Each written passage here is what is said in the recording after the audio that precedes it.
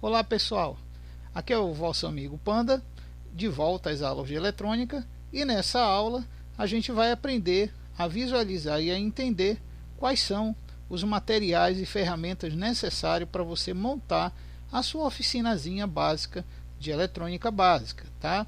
A gente não vai aqui se estender em explicar super máquinas, máquinas caríssimas ou coisas altamente de última tecnologia em eletrônica, porque não é esse o objetivo do curso, visto que a titulação do curso é apenas para conhecimentos de eletrônica básica, ok?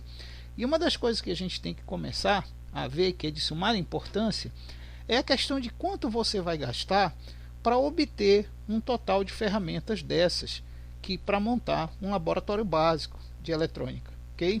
Se você for montar um laboratório bem básico, né, de eletrônica, como eu vou colocar aqui básico, acredito que apenas, tá, de 1.100 a R$ 2.000, tá? Eu estou falando de reais. Você já compra todo o equipamento necessário para você ter uma bancadazinha bem equipada com os equipamentos básicos de eletrônica. Mas para quem pensa aí tudo em avançado em eletrônica, né, para você ter uma bancada avançada de eletrônica, você vai gastar em média, certo, de 7.000 a R$ 40.000, tá? Em torno de R$ 40.000. Então é importante você entender que se você realmente quer aprender eletrônica avançada e ter todos os tipos de equipamentos de medição, de eletrônica à vantagem, de automação de soldagem e tudo, você vai gastar no mínimo entre 7 a R$ 40.000. 7.000 para você ter algo já levemente equipado para coisas já avançadas, e 40.000 ou mais para você ter todos os tipos de equipamentos avançados na área de eletroeletrônica, tá pessoal? Pois bem, então vamos apagar aqui rapidinho e vamos começar a apresentar esses materiais para vocês, ok? Então vamos lá. Bom, a primeira coisa que a gente tem que ver, que é muito importante, é a questão das ferramentas diretas, aquelas que você manuseia com a mão para trabalhar alguma coisa em relação aos componentes e equipamentos, né? Então vamos começar primeiro pelos alicates, tá? Vamos começar primeiro pelos alicates. E os alicates, você tem que ter pelo menos alguns tipos que eu vou apresentar agora, tá bom, para você. O primeiro tipo, e talvez o mais importante, é o alicate de corte, tá? O alicate de corte é importante, principalmente ele tem que ser pequeno. Você vê aqui em relação à minha mão, né, o tamanho proporcional à minha mão, para você ter facilidade de manusear no corte, quando você estiver cortando pequenas coisas aqui, como por exemplo os terminais de componentes. E vai uma dica bacana aí para quem nunca percebeu: esses alicates de corte eles sempre tem uma área mais profunda, como essa aqui, e tem essa área que já não tem profundidade. A diferença é que essa área aqui, quando você está fazendo para cima, assim, ó, deixa eu pegar um fio para vocês entenderem melhor. Se eu pegar um fio aqui, ó, e for decapar esse fio, se eu for querer decapar com a parte da profundidade para cima e fizer isso aqui, eu não vou para cá, eu não vou ter facilidade de decapar o fio. Mas se eu fizer com essa parte que não tem o abaloamento, não tem a profundidade, e eu fizer assim, aí eu consigo decapar com mais facilidade. Então essa é a diferença entre esses lados do nosso alicate de corte, ok? Outro alicate muito importante que você tem que ter é o alicate de pegador, o alicate pegador, né? Aí você deve pensar, interessante, por que ele tem esse nome pegador? Porque na realidade ele é um pouco mais rígido de abrir e de fechar, tanto que eu faço até mais força aqui para fechar ele, porque uma vez que ele feche, qualquer componente que tiver aqui na ponta pegado, ou então aqui pelo meio, ele vai ficar mais fixo e mais difícil de ser arrancado, né? Como por exemplo, você pegar aqui um transistor, e eu tiver que soldar as perninhas dele, então eu posso fixar aqui o transistor, e uma vez fixado aqui, ó, por mais que eu balance ele não cai, ó. Por mais que eu bate levemente, eu não estou nem apertando o alicate, ele não cai, ó. Por isso que é chamado de alicate pegador, tá? E aí eu consigo manipular, soldar, eu posso botar até na superfície da mesa, assim, ó, né?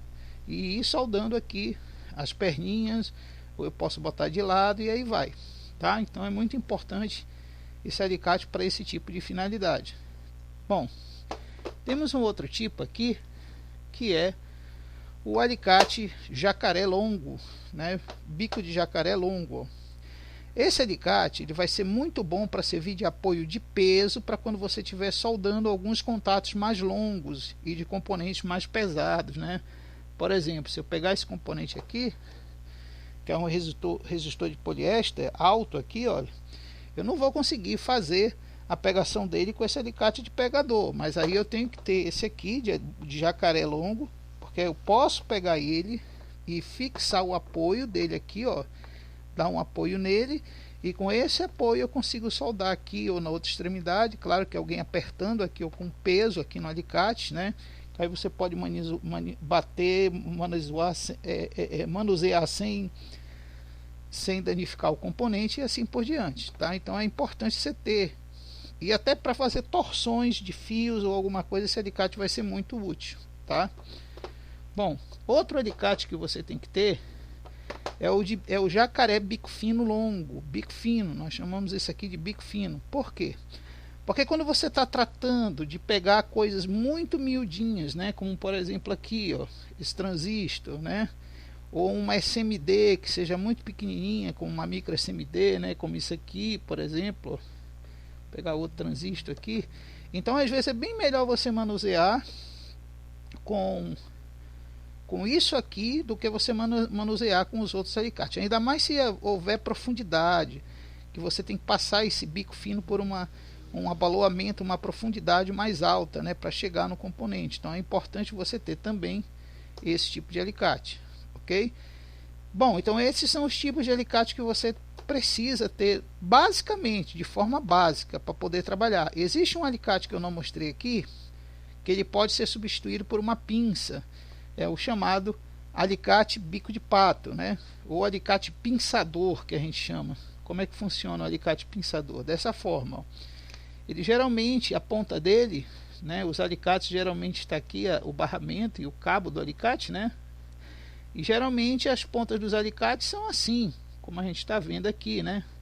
Mas o pinçador ele é diferente. O pinçador ele já tem assim um chanfro voltado como se fosse uma pinça por baixo. Então quando você abre ele, se a gente for ver de cima, né? Aqui a gente vai ver ele de cima aberto. A impressão que você tem é que ele tem essas pinças abertas aqui para você trabalhar com as pinças abertas, tá? Então é muito bom para você trabalhar com um componente muito pequenininho que você não enxerga esses componentes, ok? Bom, saindo dos alicates, a gente vai agora para as pinças, né? Para as pinças, vamos para as pinças. Bom, aí você vai ter dois padrões gerais de pinças, né? Vamos para as pinças. As pinças você vai ter dois padrões gerais. Vamos tirar o alicate daqui, né, que já foi visto sobre eles. Vamos falar agora sobre as pinças. Bom, as pinças você vai ter dois tipos. Você vai ter esse tipo aqui, que é o padrão usado, muito utilizado. Você pode usar até algumas parecidas com de manicure que existe, mas existem específicas, né? Essas são todas metalizadas, mas existem as pinças que não são metalizadas. Elas são bem melhor de utilizar do que esse tipo de pinça. É um tipo de pinça que isso aqui é revestido com plástico, tá? Mas você mesmo pode pegar uma pinça dessa e revestir com plástico, né? A finalidade dela é óbvia, é de melhorar a pegagem de componentes muito pequenos que você não pode pegar diretamente com a mão, porque pode gerar estática, e nós vamos falar também de equipamento anti-estática, que não vai atrapalhar o seu uso estático com o componente. E tem também as pinças como essa aqui que eu falei, do alicate pegador, né? Tem essas pinças aqui, como eu falei, que é idêntico do alicate pegador. A vantagem desse padrão é que ela não faz alta pressão sobre o componente. E tem outras, como o bico aqui, ó, o bico de pá, que a gente chama, que é para pegar o componente de lado. O bico de palha é muito bom para pegar de lado o componente, e assim vai. Se bem que essas pinças que eu estou mostrando aqui, são as chamadas pinças manipuladoras. Elas não servem para remoção de componentes, mas na realidade somente para fazer isso, para pegar o componente e fixar ele melhor sobre a placa, deixar ele lá ou encaixado na placa, quando você não pode pegar diretamente com a mão no componente, tá? Então existem N tipos dessa daqui, mas é como eu falei para vocês, o ideal é comprar a que vem com encapamento plástico nessa parte aqui, ok, pessoal? Bom, outro tipo importantíssimo que você tem que comprar, outro tipo de pinça, já essas daqui é para remoção ou outras finalidades, é esse tipo aqui, ó, tá? Esse tipo de pinça aqui. Por quê? Porque esse tipo de pinça ela vai te ajudar muito na remoção de componentes, principalmente componentes que você não pode puxar de uma forma mais fácil da placa, né? Como por exemplo este daqui, ó. Você pode ver que a ponta dele ela é meia curvada, tipo de bico fino. Então quando você está soldando o componente e o componente não quer sair, você vai amolecendo a solda e forçando por baixo do componente com essa pinça. Aí você consegue fazer isso, ó, remover o componente por baixo com mais facilidade, tá? A mesma coisa você tem com esse lado. Se o componente for menor ainda, você não vai poder usar esse padrão, mas você tem esse padrão menor para você utilizar para fazer isso aqui, né? Para você fazer para cima assim, ó, para o componente sair depois da dessoldagem, tá? Nós temos a pinça aqui que também é menor ainda do que aquela, para componentes mais minúsculos ainda, tá? Para você só puxar o componente assim, ó, da placa, certo? Temos os de perfuração, ó, se você quiser só afastar o componente assim, ó, fazendo esse movimento, temos o de perfuração aqui, né? Temos esse aqui, que ele é muito útil para você fazer a remoção em forma de curva lateral, você vai remover em forma de curva. E temos esse daqui que você remove apenas empurrando o componente de um ângulo mais alto, como eu estou fazendo esse ângulo aqui, ó, num ângulo mais alto, empurrando, porque ele é como se fosse um bico de pá, né? E você deve estar pensando, mas para que existe esse aqui que parece uma vassourinha metálica, né?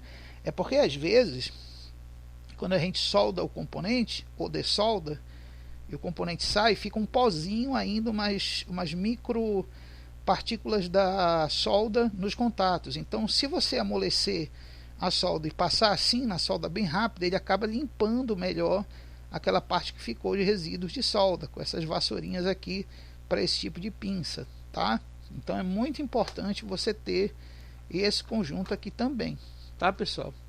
Então vamos lá, continuando. Tirando agora as nossas pinças daqui, vamos ver qual vai ser o outro componente importantíssimo para a gente ver, tá? Vai ser as chaves de fenda ou Phillips, né? Seriam as chaves que a gente chama. Então vamos ver agora as chaves, tá? Que são de sumária importância. Bom, a gente sabe muito bem que se você for num camelô, numa loja de ferragem, você pode comprar esse tipo de kit aqui, né? Esse tipo de kit que tem várias chavinhas de ferramentas, ó, como você pode ver.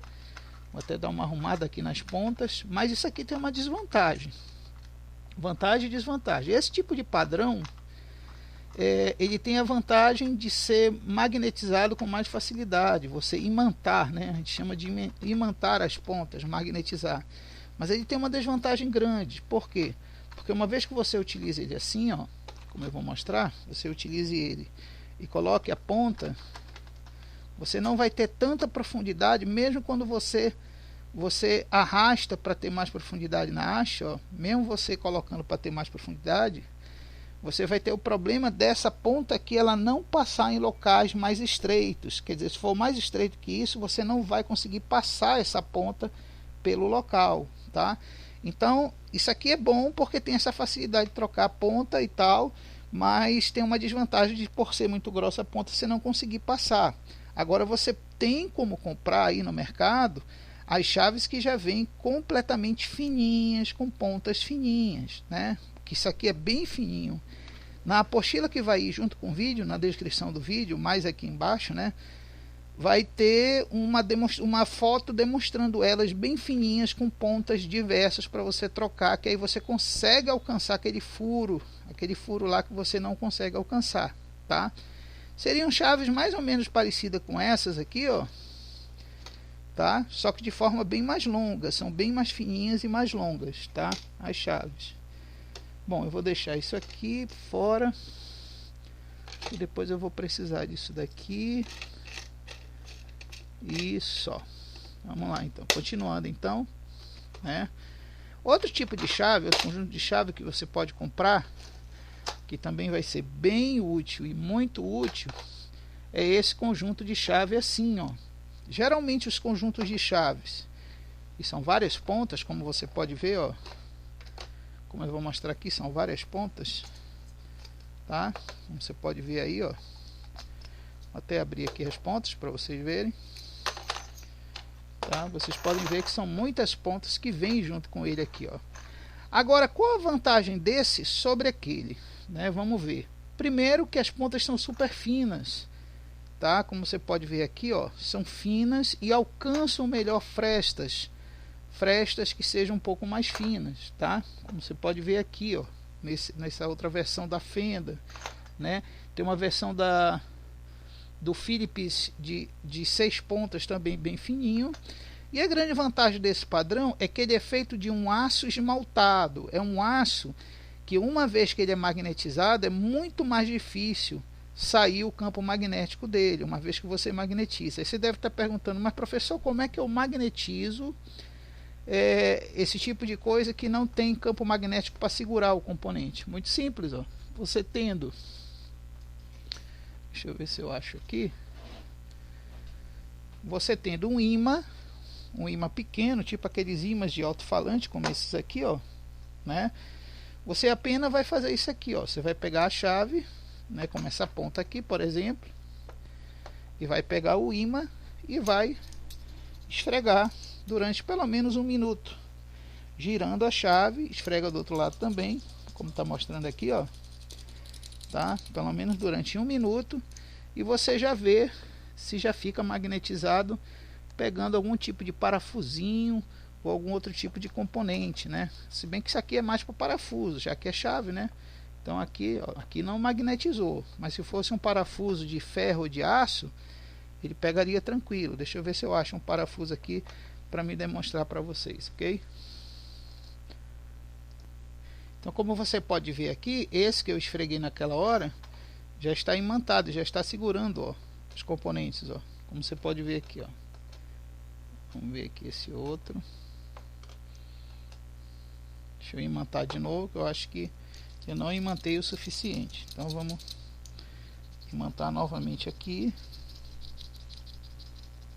né? E vamos ver lá agora. Ó, como agora está imantado, ó.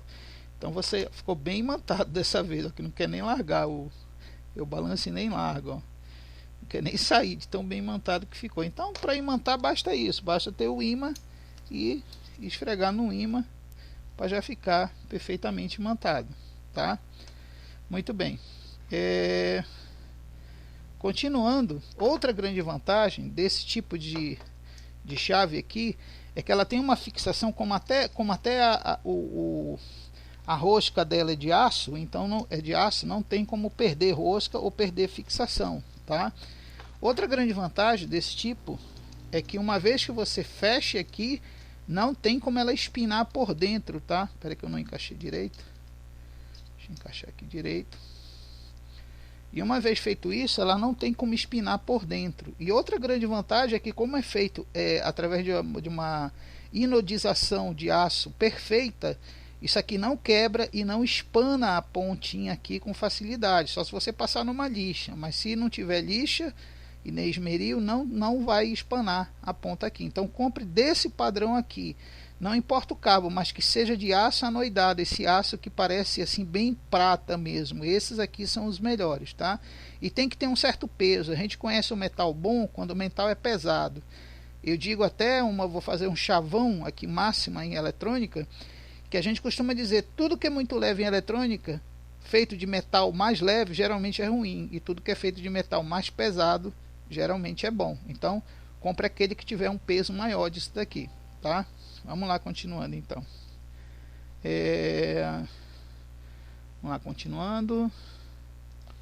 Bom, então, continuando aqui a apresentação dos materiais, a gente vai agora passar para um material que é muito importante, que tem a ver com a facilidade de você trabalhar com pegar coisas em orifícios ou em locais que você perdeu, caiu algo, uma chavezinha e não consegue, né? A gente chama isso aqui de pegador stripper, tá? A gente chama de pegador stripper, tá? Como é que funciona esse pegador? A vantagem é que ele é isolado, né? O pegador strip seria esse material aqui, ó. Geralmente ele vem em kit de ferramentas, porque se você olhar bem a ponta dele aqui, ó, sai um pegador em forma de garra, em forma de stripper. Ele dá uma estripada de pressão no componente e depois você puxa o componente. Isso é muito bom, porque às vezes pode ter alguma coisa no lugar que você queira pegar, puxar e não consegue puxar, fazer um pullback, né? Então o que é que você faz? Você segura, agarra lá e manipula puxando, porque isso aqui tem uma pressão muito alta, tanto que se você colocar seu dedo aqui, né, se você colocar seu dedo e eu largar aqui, ele vai furar meu dedo e rasgar meu dedo. Então isso aqui tem uma pressão muito alta, isso daqui, tanto que eu estou fazendo muita força para poder abrir ele, tá? Então sempre tenham isso, porque um dia isso pode salvar a tua vida de alguma forma em relação a buscar um componente que caiu em algum lugar, tá? É importante isso daqui. Bom, continuando, vamos apagar aqui. Vamos passar agora para os materiais que você tem que ter em relação, deixa eu ver aqui, em relação à limpeza, tá? Vamos lá em relação à limpeza agora, tá bom? Em relação à limpeza, né? E isso tanto do ponto de vista líquidos, tá? Como também do ponto de vista de panos, ok? Então de panos também. Então vamos lá. Um deles é o álcool isopropílico, né? Como é também chamado de isopropanol. É importante você ter ele, por quê? Porque quando você vai limpar placas com alguma escovinha, tem umas escovinhas próprias que estão até descritas nas apostilas, que vai estar junto com esse vídeo, mostra que o álcool isopropílico é ideal para limpar sujeiras residuais que estejam na placa, tá? Agora, lembrando que ele não remove oxidação pesada, isso ele não faz, tá? Na apostila e tem até mostrando como é que se faz isso, essa remoção de oxidação pesada, o que que você usa.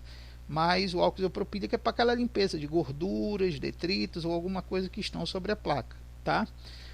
Outro líquido que você pode usar no caso de alguma coisa estiver grimpada a ponto de não estiver soltando de algum lugar por causa de sujeira, é o famoso óleo de máquina, que você pode utilizar para ajudar a soltar ou desengripar alguma coisa que está presa por causa de sujeira, tá?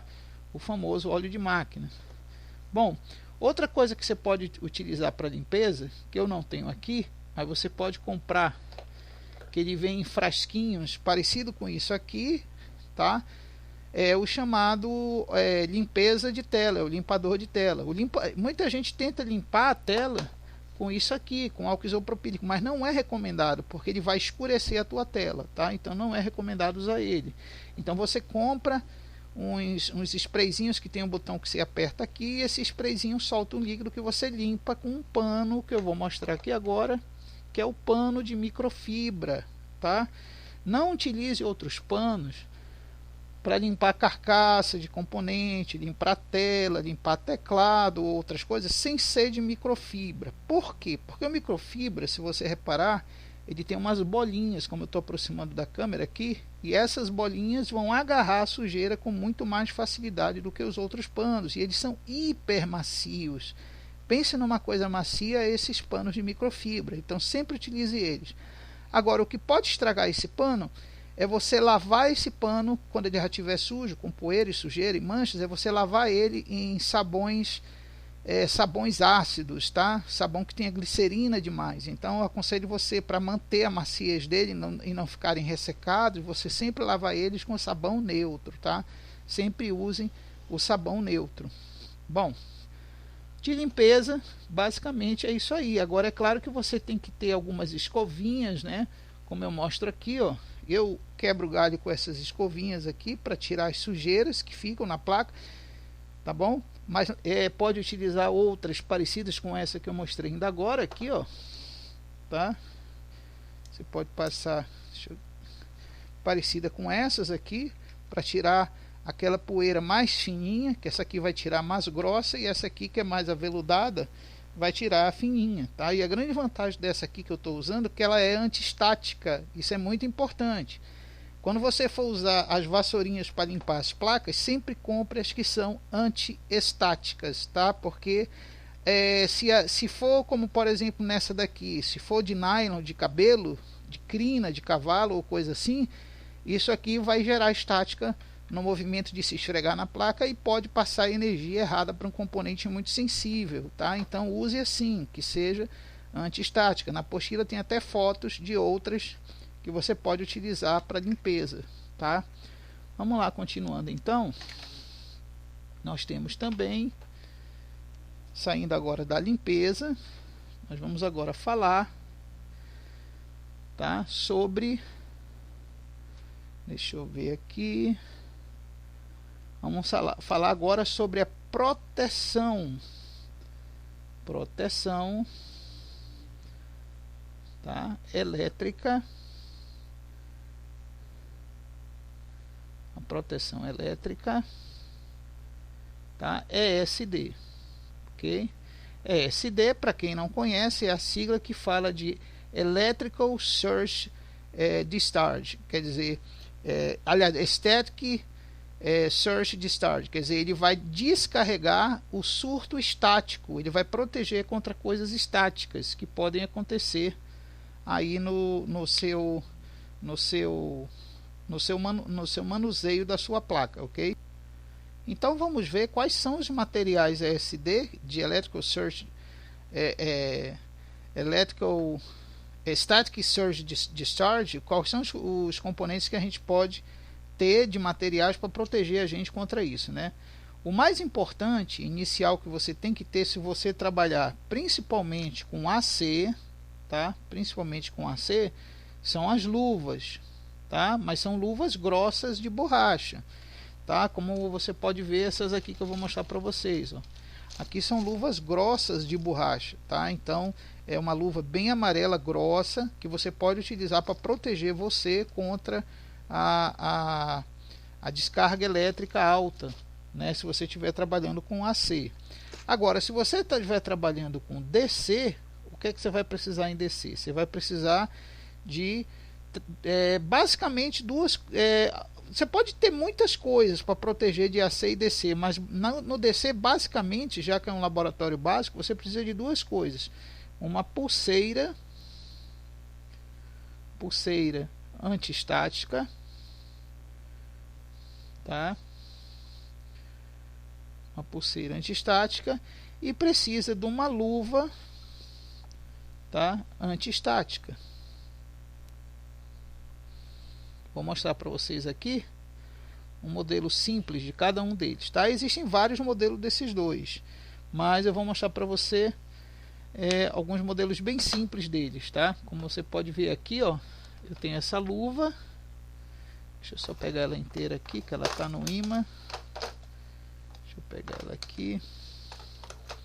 Está presa no imã, certo? Então, eu tendo esta luva aqui, olha, o que é que eu posso fazer com essa luva aqui? Eu coloco essa luva, ela tem aqui um plug, que a gente chama de botão de plug, que você pode até remover, como está aqui, ó, você pode remover para facilitar vestir a luva, e você veste a luva aqui para ela transmitir a estática do teu braço para outro local, tá? Então você pode colocar aqui o plug, como eu estou mostrando, ó, tá? E na ponta aqui do fio você tem uma garra de jacaré, tá? E essa garra você vai fixar ou num parafuso que esteja fixado no chão para fazer aterramento, que com o aterramento toda a descarga que está no teu corpo vai para o chão, né? Ou você tem aqui na parede, aqui em cima, alguma coisa que você ligue, mas lembrando que o fio vai ficar esticado, né? Vai ficar esticado se for na parede. Então você coloca lá na parede, geralmente no parafuso da tomada que está fixado na parede, também serve como aterramento para esse alicate aqui, tá? Então você tem que ter essa pulseira para lhe ajudar nessas questões aqui, ter essa pulseira nessas questões de eletrostática do braço e do corpo. Existem vários outros elementos que vão te proteger, vão proteger teu equipamento da eletrostática do corpo e vice-versa, como por exemplo, existe o jaleco, que você vai ver na apostila, existe a touca, existe luvas mais especializadas, existe até sapato, se você tiver com um pé em cerâmica fixado no chão ou no chão direto, então você pode calçar um sapato específico antiestático também, mas isso está demonstrado lá na apostila para vocês. Bom, outra coisa que você tem que ter, como eu falei, a luva ainda há pouco, né? A luva eletrostática, deixa eu achar ela aqui. Seria essa aqui, ó. Essa luva, ela não é só anti-eletrostática, mas também ela é antitática, quer dizer, ela é multitática, melhor dizendo. Por quê? Porque ela não deixa as coisas caírem dos teus dedos com facilidade, porque ela agarra bem os componentes e te auxilia no isolamento estático da tua mão, tá? Existem versões delas que vem com uma parte de borracha aqui embaixo onde você pega. É a ideal. Infelizmente essa aqui não tem essa parte de borracha, mas tem umas que vêm com um leve emborrachamento desse lado aqui. E com esse emborrachamento você tem uma melhor isolação da estática, tá? Então você pode comprar por aí nas lojas de ferragem ou de eletrônico como luva antiestática multitática, tá? É luva antiestática multitática, tá bom, pessoal? Bom, vamos agora sair dessa proteção aqui, SD, né? Vamos falar agora sobre outras coisas que você tem que ter no seu pequeno laboratório básico de eletrônica, certo? Vamos falar agora de lentes, tá? Que é importantíssimo. Por quê? Porque nem todo mundo tem olho biônico, olho de águia, né?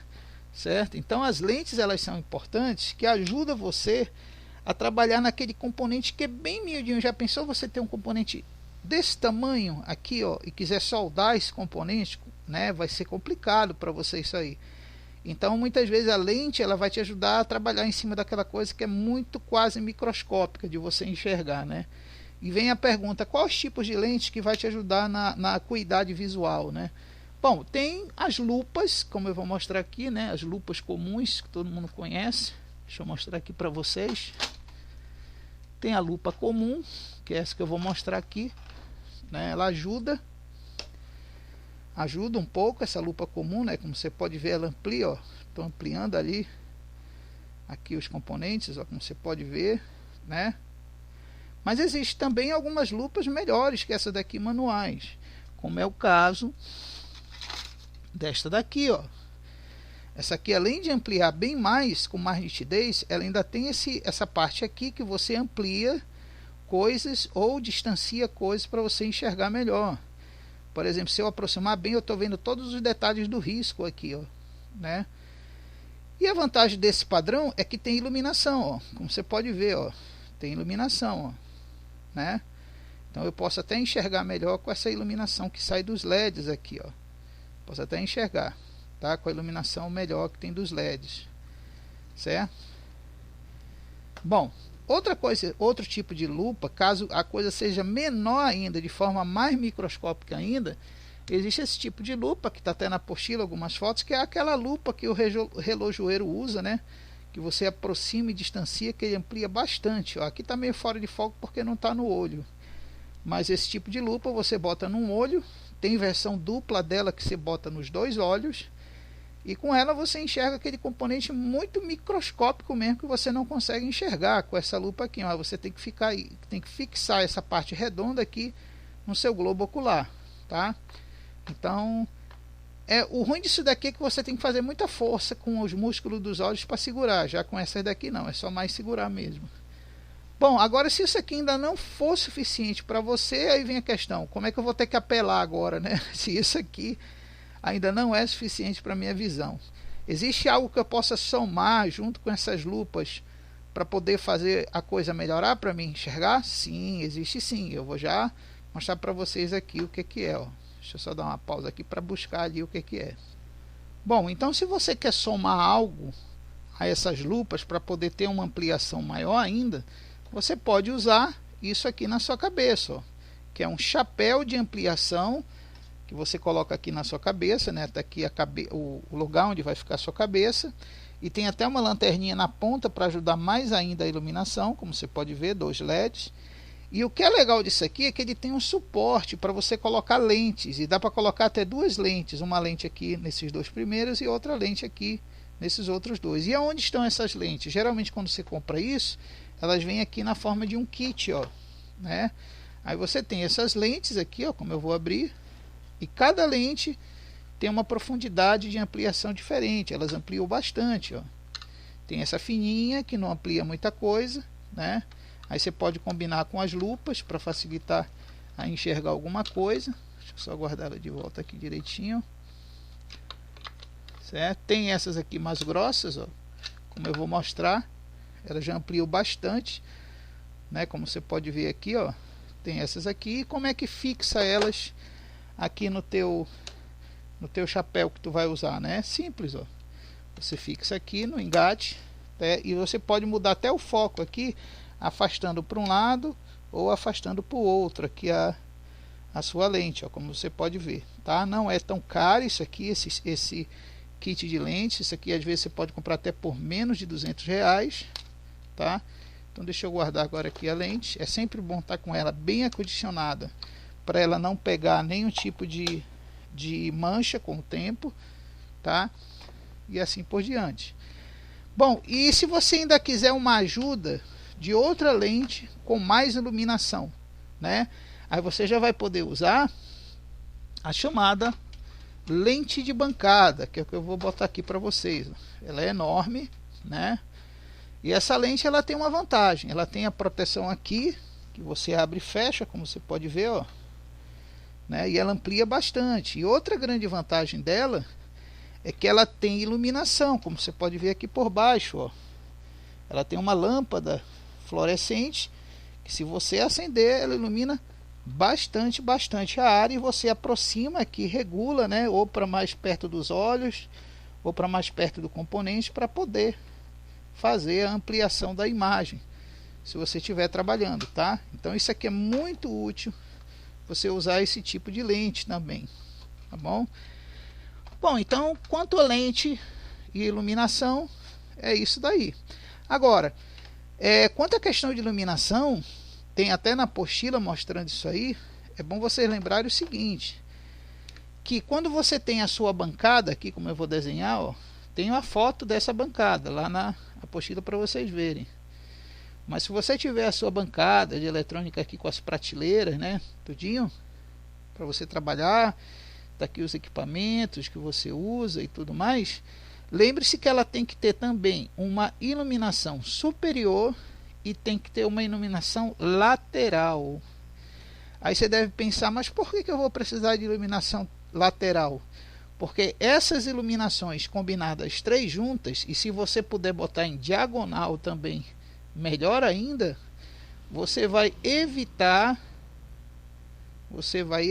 sombras, tá, gente? Então você vai evitar sombras fazendo isso aí. Então quanto mais iluminação lateral e superior você tiver, menos sombra você vai ter para atrapalhar você no seu trabalho lá, trabalhando com microcomponentes, tá? Então vamos lá, apagar aqui. E agora, saindo aqui das lentes, né? Vamos tirar as lentes daqui. A gente vai agora para um outro nível, tá? Que é o nível de isolamento da placa, né? De repente você vai estar soldando o componente na placa e você precisa fazer algum tipo de isolamento, certo? Você precisa fazer algum tipo de isolamento sobre a placa, certo? Bom, existe para vender um verniz spray, tá? Existe para vender um verniz spray que você, estando com o verniz lá, faz de conta que isso aqui é o verniz, né? Faz de conta que isso aqui é o verniz, você sobre toda a placa coloca o spray e o verniz já faz o isolamento da placa. Mas se você não tiver o verniz para fazer um isolamento, digamos, se eu tivesse essa plaquinha aqui, ó, vamos supor que eu tivesse essa plaquinha e eu quero fazer um isolamento aqui numa parte que eu refiz da placa e preciso isolar para que não sofra indução, estática nem nada, né? Eu não vou usar o spray porque o spray vai sprayar aqui na placa todinha, vai acabar alagando a placa aqui de verniz, e ela já tem verniz em alguns lugares, eu só preciso colocar nessa parte. Uma solução que a gente tem para isso é usar uma coisa que as mulheres usam muito, ó. É o esmalte de unha, né? Aquele esmalte incolor de unha. Isso aqui quebra um galho se você não tiver o spray. Agora, lembrando que o esmalte de unha que você for utilizar tem que ser o que não tem álcool. Tem que estar escrito aqui, sem álcool, tá? Não pode haver álcool. Ele tem que ter um ressecamento natural, que demora muito. Às vezes pode levar uns 30 minutos para secar. Mas você vai ter um isolamento perfeito aqui com verniz feito pelo próprio pincel de pintura de unha feminino. Mas tem que ser sem álcool, tá, pessoal? Então, a outra solução é isso daqui.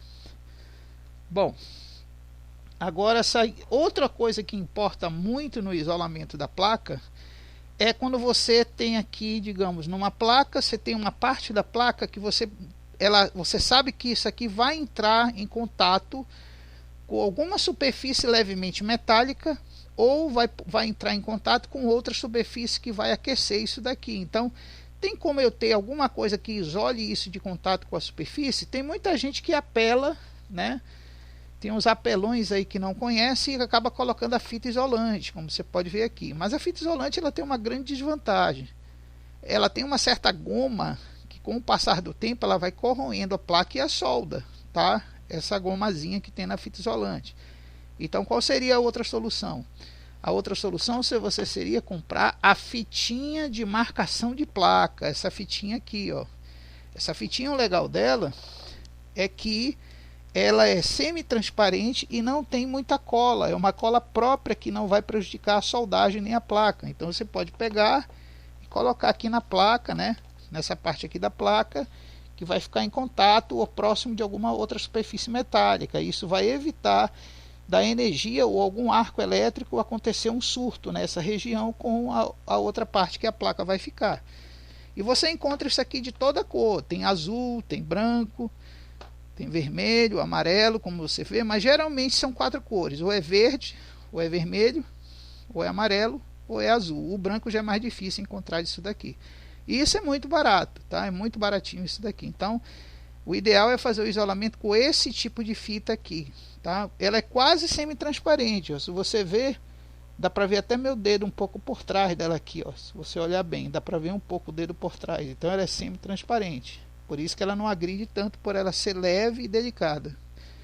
Bom, sobre o isolamento da placa em si, seria só isso mesmo, tá? Então vamos partir para outro nível agora, né? Vamos para outro aqui. Bom, uma coisa que eu esqueci de mostrar para vocês, que é de sumar importância, principalmente na parte de lente, e que vai auxiliar você na manutenção de placas, é você utilizar uma moça, né? A gente chama isso aqui de moça. E o que é uma moça? Uma moça, na realidade, é um apoiador, como você pode ver aqui, ó. Parece um robozinho, que legal, né? Parece um Transformer. Na realidade, ele é um apoiador que você coloca aqui a placa, né? Você segura a placa aqui, certo? Existem vários tipos de moças, mas essa aqui é a mais clássica de todas, a mais antiga. Aí você segura a placa, né? E com o auxílio aqui da lente, você consegue fazer a soldagem aqui no componente ou na perninha, né? Então a moça, às vezes, ela vem ajudar e muito em algumas ocasiões, tá, pessoal? Então lembrem disso, que existe isso aqui que se chama de moça. Então vamos lá. Então, continuando aqui agora, a gente vai ver o que a gente pode chamar, a gente vai ver o que a gente pode chamar de, como era o nome? Vamos chamar de, agora, me faltou aqui a ideia das coisas. Bom, vamos fazer então, entender como é que a gente faz o chamado isolamento, tá? O isolamento de, o isolamento de contatos o isolamento de contatos e fios, tá? Principalmente aqueles muito finos que você solda de fonte. Quem não já viu aí muita fonte mal remendada, né? A culpa do mal remendo lá não é nem a soldagem, é o isolamento que o cara faz. Então, para você fazer esse tipo de isolamento com perfeição, você vai utilizar um material que nós chamamos de espaguete térmico de isolamento, tá? É o espaguete térmico de isolamento. Por quê? Porque imagina que você tem um fio aqui dentro, né? Você soldou, fez a emenda de um fio, seja de fonte, seja lá do que for, a nível eletrônico, e você não quer que isso aqui você não quer que isso aqui tenha contato com alguma outra coisa e tenha um isolamento perfeito. Tem gente que tenta fazer esses isolamentos com fita isolante, mas como eu falei, a goma da fita isolante ela vai com o tempo prejudicar a soldagem, tá? Então o ideal é você usar esse padrão aqui. Mas você deve estar pensando, mas professor, isso aqui é muito grosso, né? É muito largo. Como é que um fio fino vai ser isolado, ou um cabo mais fino de fonte, né? Ou um fio mais fino de fonte? Nesse caso, o segredo é você corta aqui na medida, né? E coloca lá na fonte onde você vai fazer. A grande vantagem é que para isso aqui apertar, como é que você vai apertar? Você vai usar uma abraçadeira, alguma coisa? Não. A dica é bem simples. Você vai pegar um leve calor, como o fogo de um isqueiro, e vai acender e aquecer à distância o fio. Veja o que vai acontecer, ó. Eu estou aquecendo ele e veja o que vai acontecer. Ele está simplesmente diminuindo o tamanho, ó. Ele está diminuindo cada vez mais o tamanho dele, ó.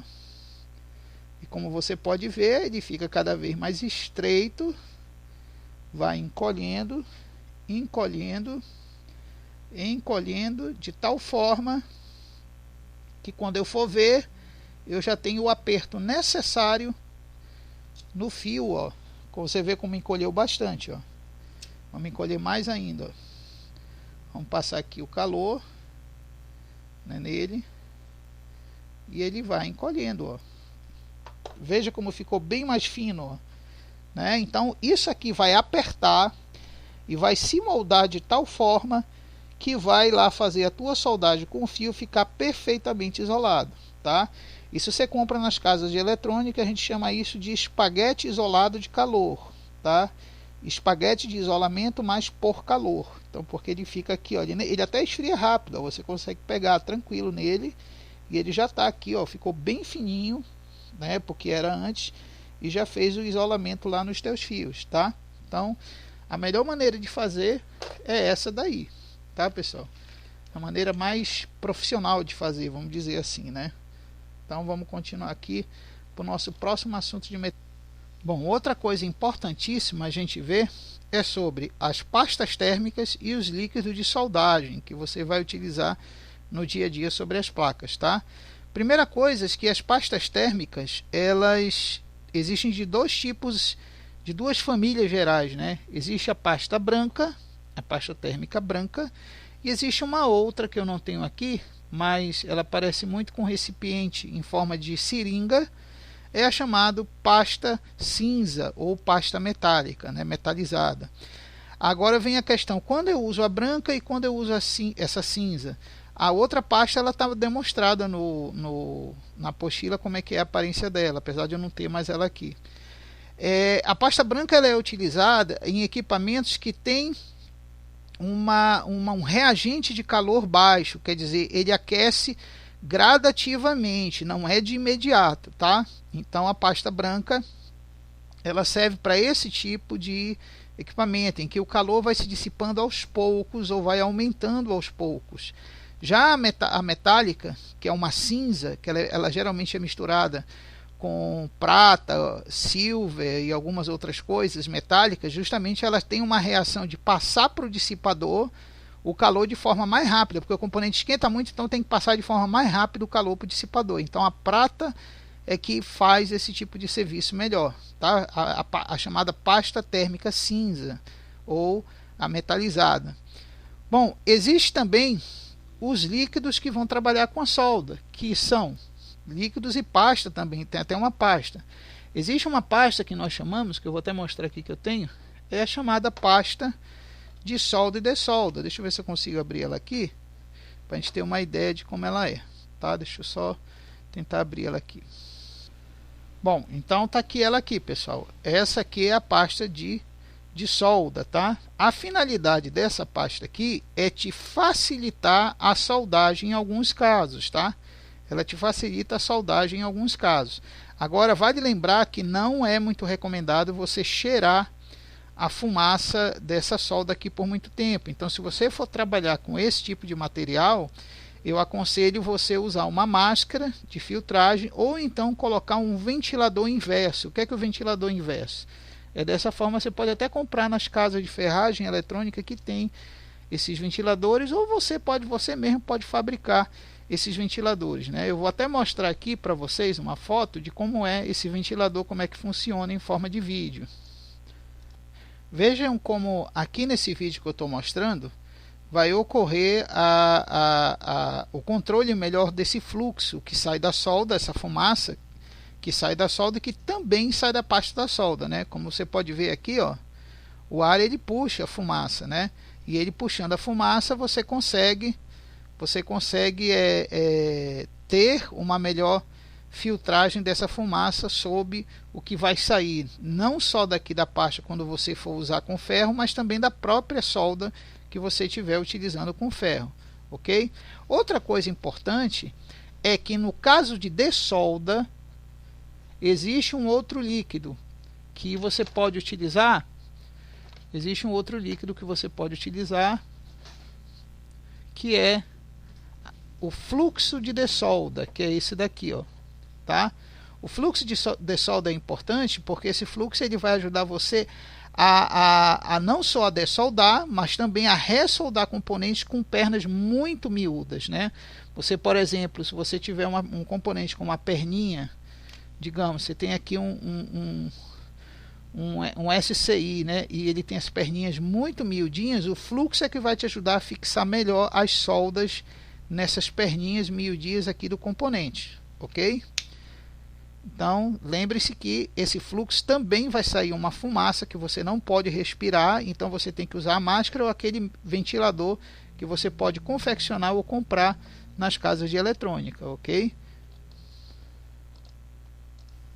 Bom, pessoal, seguindo agora, uma outra coisa que eu esqueci de explicar para vocês é para quem tem problema de iluminação lá na bancada, você pode usar isso aqui que fica na sua cabeça, tá? Isso aqui fica fixado através desse braço, né? Que você coloca isso aqui na sua cabeça lá, faz de conta que a sua cabeça está aqui, e isso aqui fica na sua testa. A grande vantagem disso é que se você precisar de uma altíssima iluminação para enxergar as coisas que está lá, você simplesmente aperta aqui, né?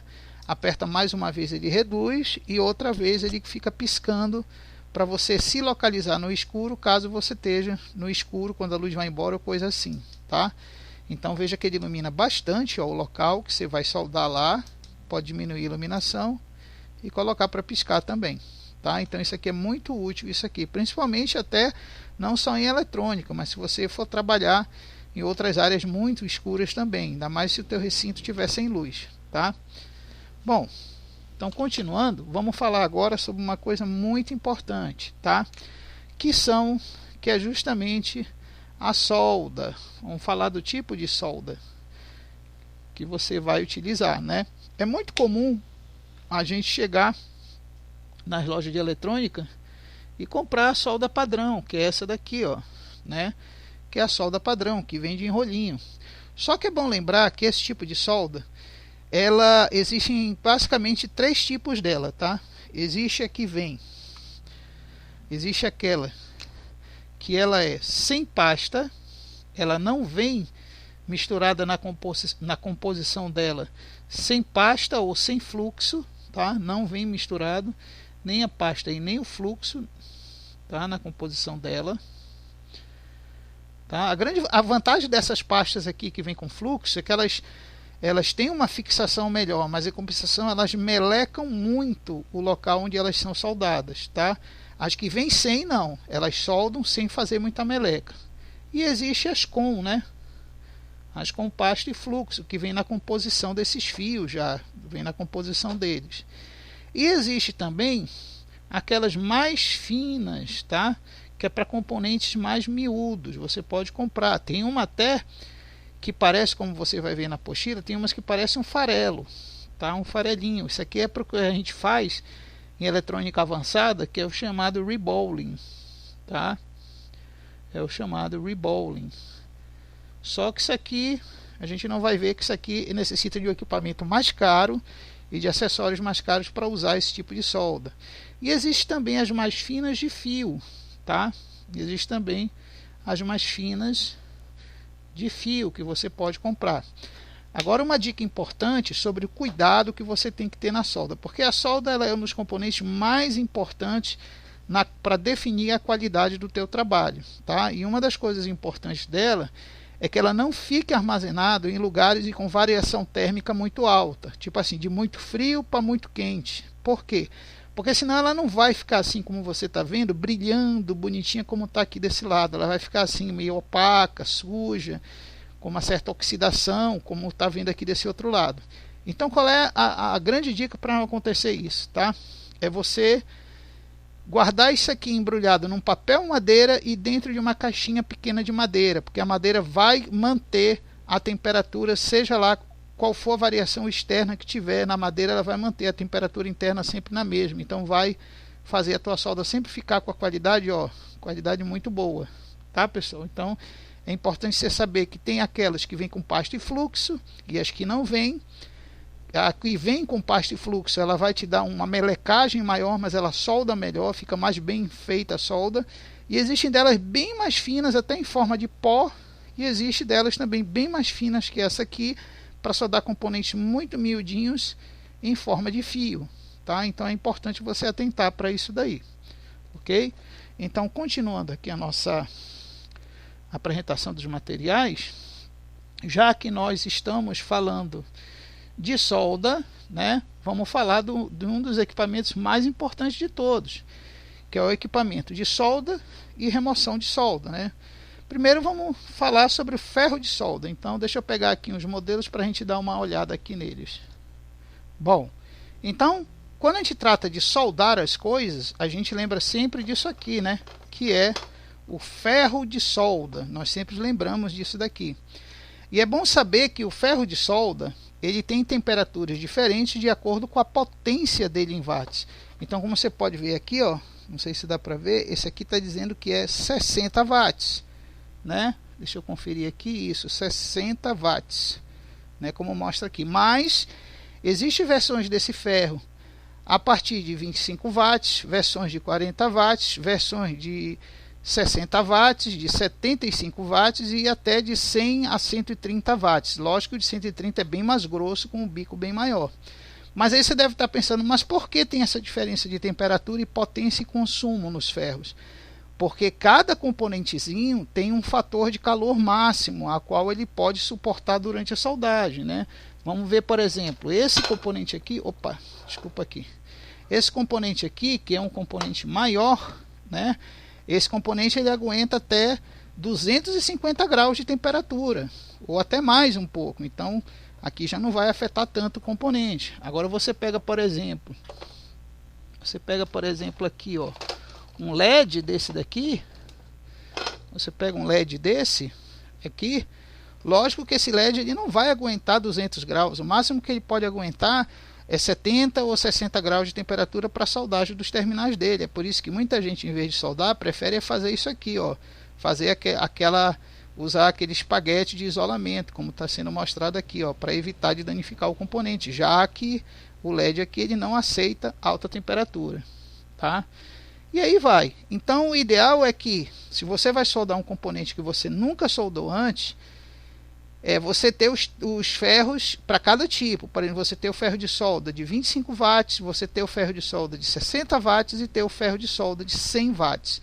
Aí você deve estar pensando, mas pô, como é que eu vou soldar algo em 100 watts? TVs antigas, no breaks, estabilizadores usam uma solda muito grossa. E só os ferros de 100 watts ou mais é que conseguem derreter essas soldas mais rapidamente. Mas aí você deve pensar, mas professor, eu não tenho um ferro de solda de 100 watts, porque ele é muito caro até o ferro de solda de 100 watts. Qual seria a outra solução? A outra solução seria você ter a chamada pistola de autoaquecimento, né? A gente chama pistola porque parece mesmo uma pistola, como você vê aqui, né?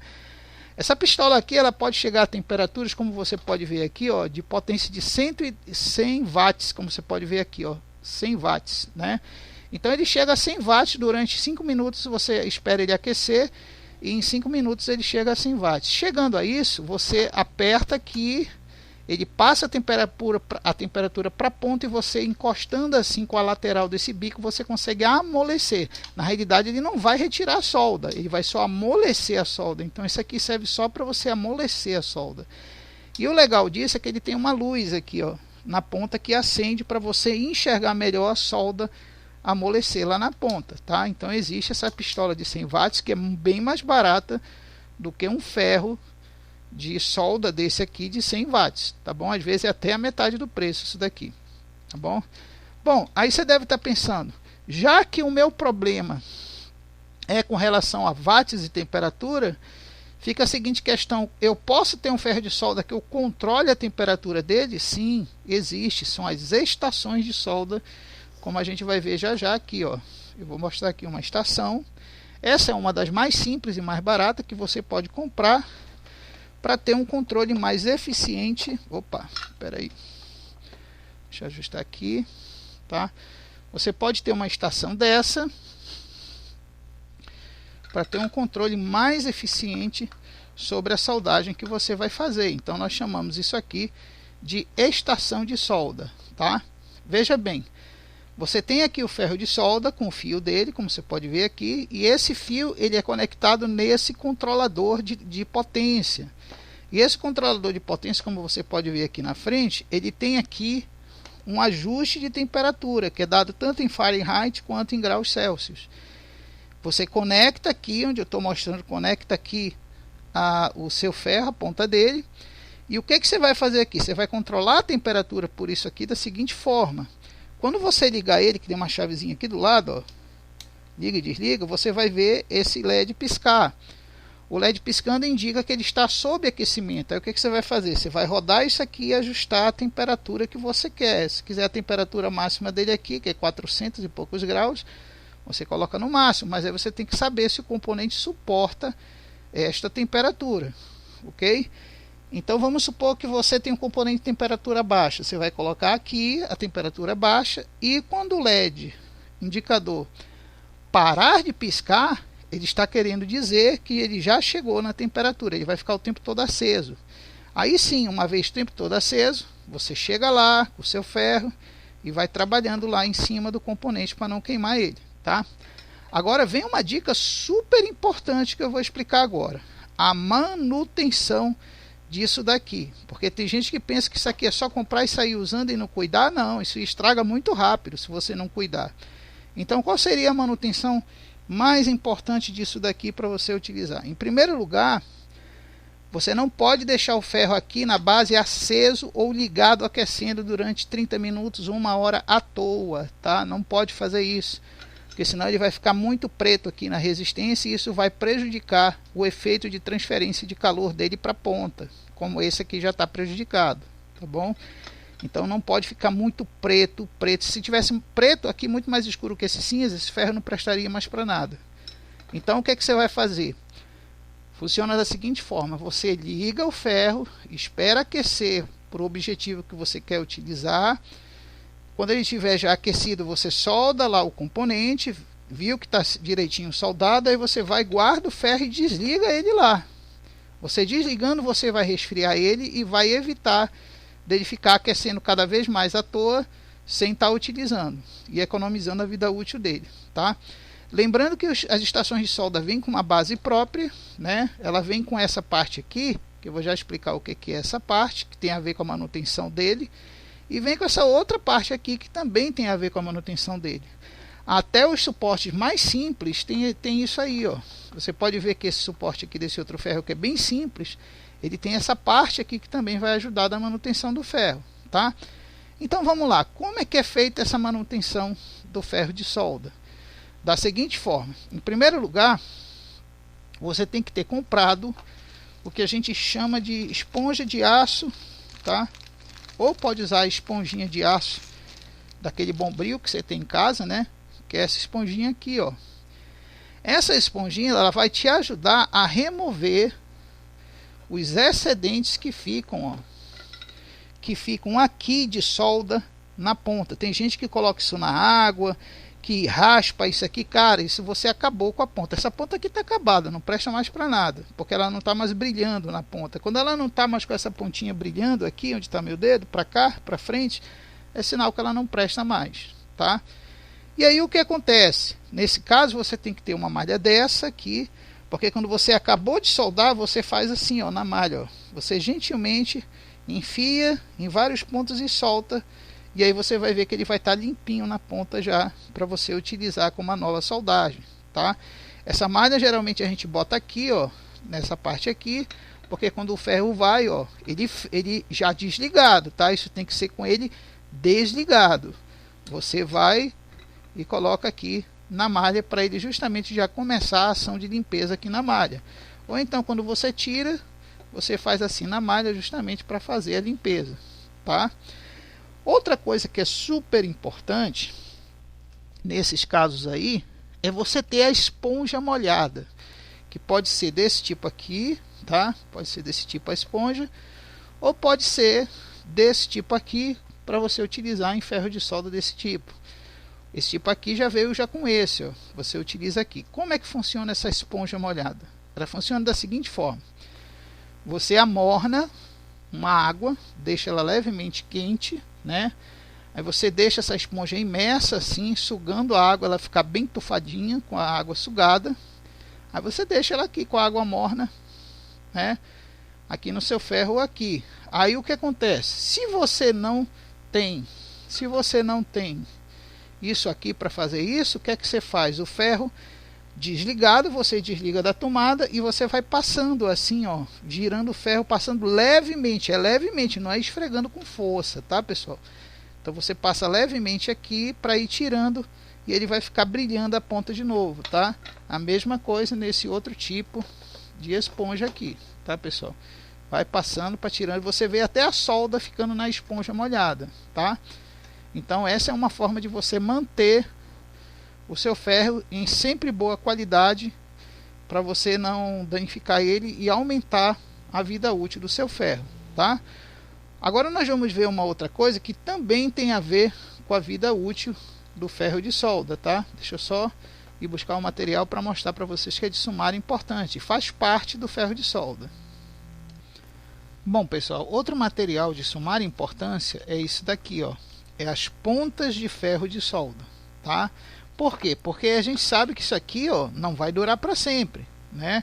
Depois que você passa uma semana utilizando a pontinha do seu ferro, pode ser que de uma semana a duas você já tem que trocar essa ponta de ferro por ela já ter sido degradada de alguma forma.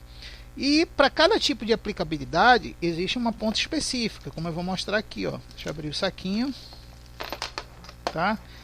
Essas pontas aqui, que são mais escuras, como você pode ver, né?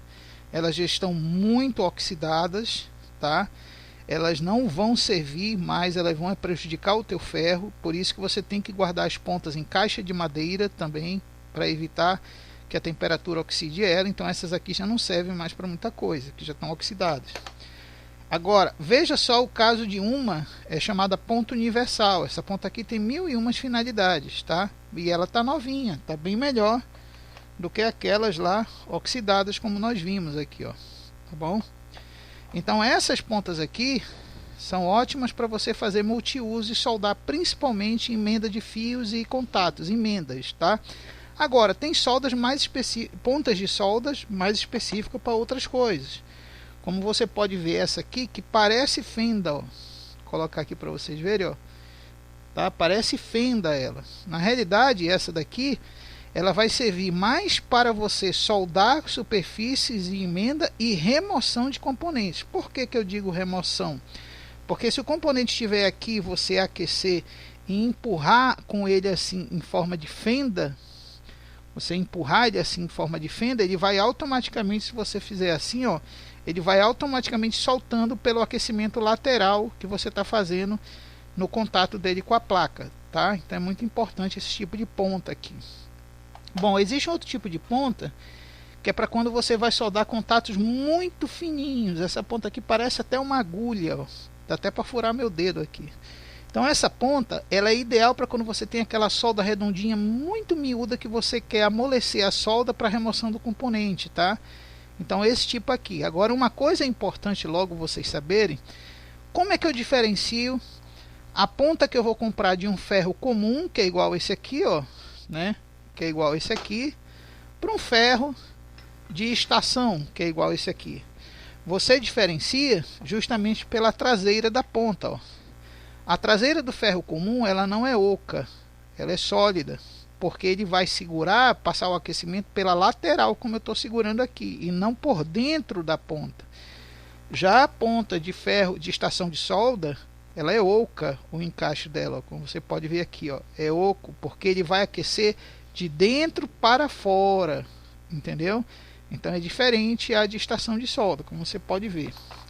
Outro tipo de ponta que é bastante útil é a ponta seccionada, ó, que ela é uma diagonal, não sei se dá para você ver aí, ela é uma diagonal seccionada, como você pode ver aqui, estou girando bem lento.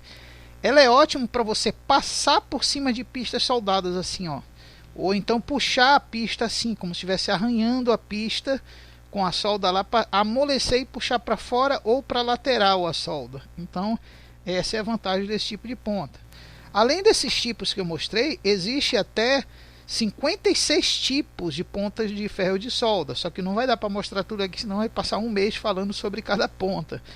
Mas você já sabe que cada ponta vai ter a sua finalidade. Se você procurar vídeos na internet sobre o uso de pontas de solda, você vai ver que cada uma facilita a vida na hora de soldar ou dessoldar algum componente aí com os teus ferros de solda, ok? Então vamos dar uma pausa e vamos já para a outra explicação de outros acessórios que a gente pode ter na nossa bancada de eletrônica básica. Bom, pessoal, então outro material que é de sumar importância a gente ter na nossa bancada básica de eletrônica básica é os sugadores de solda. Aqui eu mostro para vocês 4 tipos que eu utilizo, um deles está até meio ruinzinho já, e vamos entender como é que funciona esses sugadores de solda aqui. Uma vez que você pegue o ferro e amoleça o ponto de solda, né, você na realidade tem que fazer dessa forma como eu vou demonstrar aqui, ó. Tá, por exemplo, você está aqui com ferro, né, sobre a placa, que eu vou pegar a plaquinha aqui para a gente fazer de conta como é que faz, né? Você está aqui, vai amolecer um ponto da solda, como está mostrando aqui, né?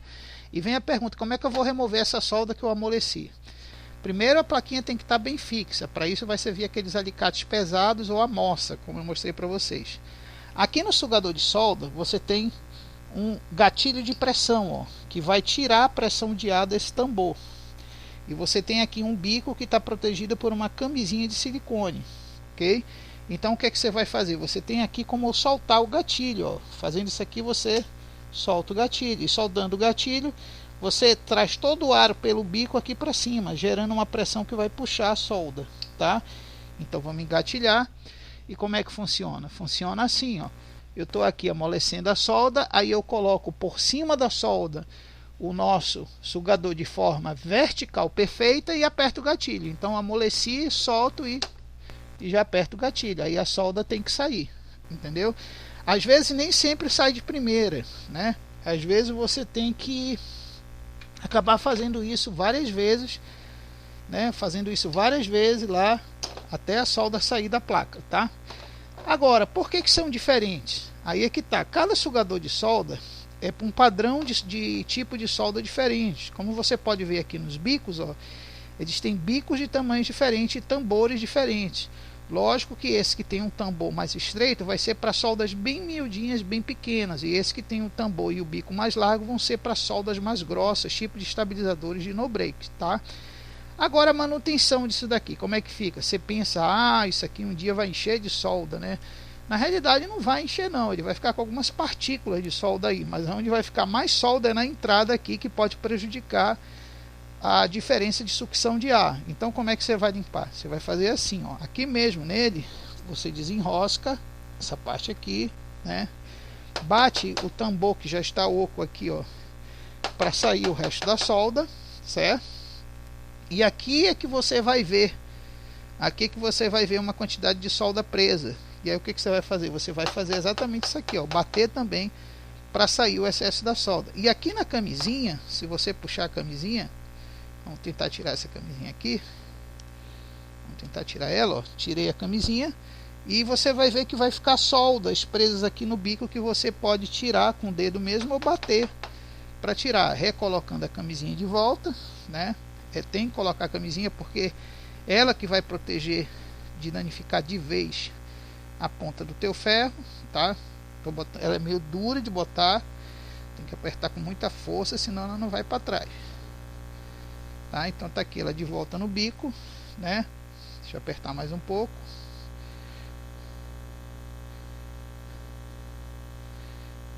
Tá aqui ela de volta no bico, bem apertadinha, e aí a gente recoloca, enrosca o bico no tambor novamente, tá? Feito isso, você mantém a sucção de ar sempre na taxa correta, sem obstrução, é lógico, para que o teu sugador de solda sempre fique com a pressão otimizada para puxar a solda na hora de fazer a sucção dela, tá? Então tá aqui a camisinha bem colocada de volta e feita a revisão no nosso sugador de solda. Ele não é tão caro, você pode comprar em qualquer casa de eletrônica, que ajude muito na dessoldagem, tá, pessoal?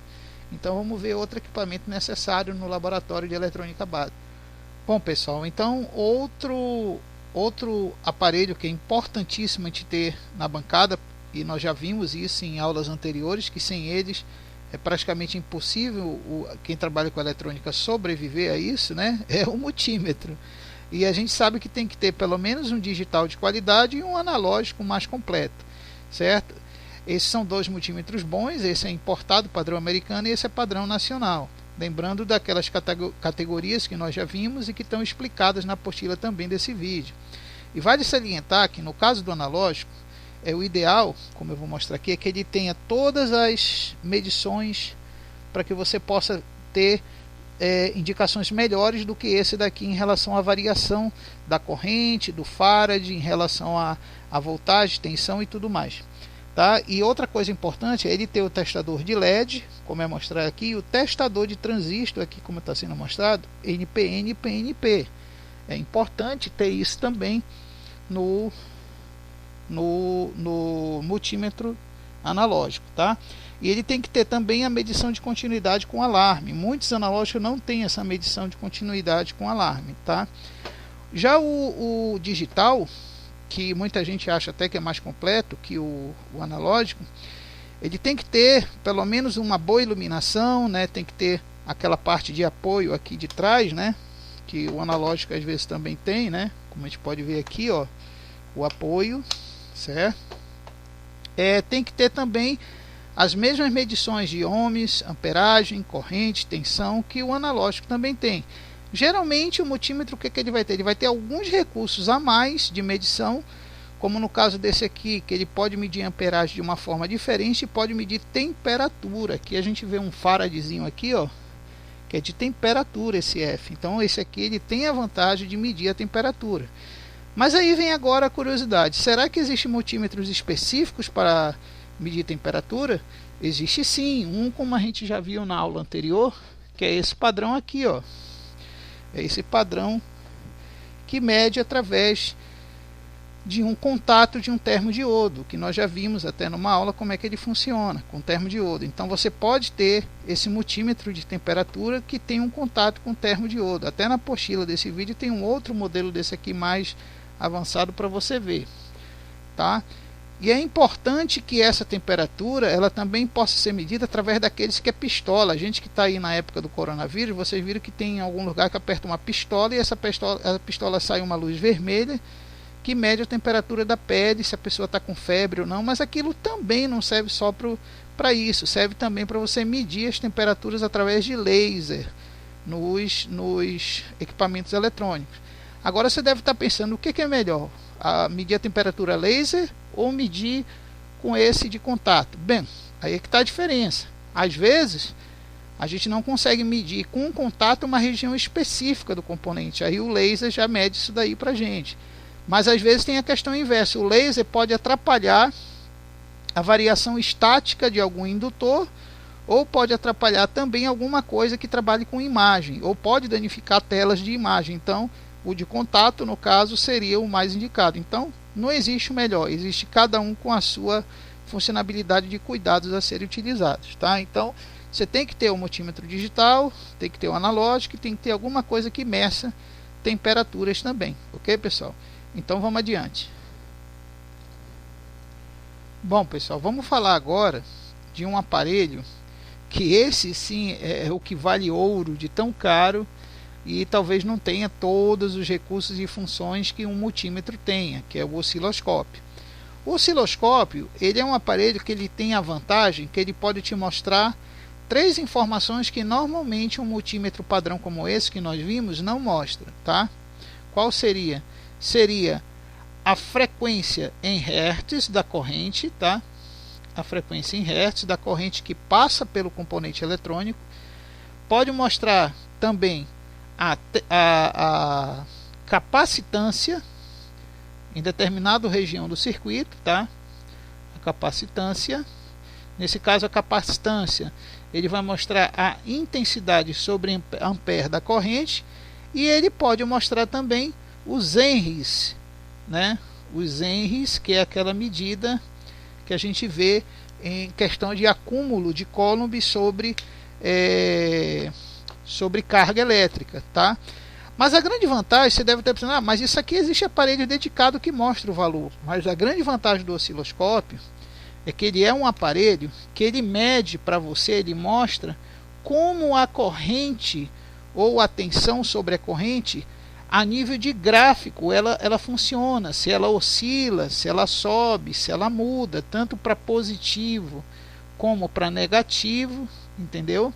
Isso é que é legal, porque o osciloscópio ele tem uma telinha lá, e nessa telinha você vê a frequência da corrente, como é que ela fica na telinha, entendeu? Então, essa que é a vantagem do osciloscópio, é você poder ver isso aqui, você poder ver como é que é a corrente elétrica na real, como é que ela está, e se o senoidal dela está perfeito, tá? Só que o problema é que para você ter um aparelho desse aqui numa bancada, como eu falei no início da aula, você vai gastar no mínimo a partir de R$3.000, R$4.000, R$5.000, e o mais caro deles custa até R$80.000, tá? Por que são tão caros? Porque esses osciloscópios de R$80.000, eles já são para forças elétricas muito maiores, mas você pode comprar até um osciloscópio bom na faixa mais ou menos de R$3.500. E existem os portáteis que você pode comprar até R$800. Aí, peraí, Adriano, quer dizer que eu posso comprar um osciloscópio bom por R$800? Não é bem assim, ele não vai ser o melhor osciloscópio de todos. Por quê? Porque esses mais baratos aqui, eles vão te calcular a frequência em hertz até no máximo 50, né? O que não é suficiente, porque você tem que medir até 120 Hz, e esses de 80.000, eles medem até em megahertz ou gigahertz, por isso que eles são tão caros, tá? E esses baratinhos de 800, eles vão te dar somente isso, o resto, e te mostrar uma onda senoidal, só muito mal desenhada e explicada. É só para tu saber se está vendo senoide de corrente contínua ou não, ou DC ou AC, só para isso que serve esses de R$800, entendeu? Então é por isso que é importante, que se você tem um dinheiro sobrando aí, você pode investir no osciloscópio. Eu não vou perder tempo em mostrar o osciloscópio e como ele funciona, porque cada osciloscópio funciona de uma maneira diferente. Não existe osciloscópio que segue um padrão. Os botões são diferentes, as posições, os recursos. E ainda tem o osciloscópio digital, que é um que tem menus aqui do lado, digitais, né? Tem menus aqui que você vê a onda e você vê informações aqui ao redor da onda. Isso aqui que são os mais caros mesmo. E programar um osciloscópio desse, você não sabe a dor de cabeça que dá para você aprender a utilizar um osciloscópio desse. Então é por isso que eu não vou perder tempo em querer ensinar como usar um osciloscópio no curso, já que o nosso curso é visto como um curso de eletrônica básica, mas não de eletrônica avançada. Grandes fábricas que fazem projetos de circuitos de alta complexidade, como placa-mãe de computador, radiofonia, aparelhos para retransmissão de células de celular, geralmente eles usam o osciloscópio nos laboratórios, justamente para ter a certeza de que a eletricidade, a onda senoidal e os campos magnéticos em frequências estão funcionando perfeitamente, tá, pessoal? Então eu espero que a aula hoje tenha sido bem produtiva para vocês, porque vocês tiveram uma miscelânea de tudo, de todos os materiais básicos que vocês podem ter num laboratório básico de eletrônica, ok? E a gente, nas próximas aulas, nós já vamos aprender a como fazer os projetozinhos de eletrônica, a como usar nosso conhecimento das forças dinâmicas, dos componentes e tudo mais para criar pequenos projetos e já começar a trabalhar em soldagem, dessoldagem e botar essas coisas para funcionar, e para que a gente já tendo a praticidade de solda e dessolda, a gente já vá, nas últimas aulas, aprender a diagnosticar placas aqui, componentes, e aprender a como descobrir o defeito deles para trocar os componentes, ok? Então continue aí com a gente, que a gente ainda vai ter ainda uma série de 8 aulas para desvendar todos esses mistérios aí da eletrônica. Um abraço aí para todos, paz e amor. A vida é muito boa e sempre vai dar certo. Até mais, pessoal.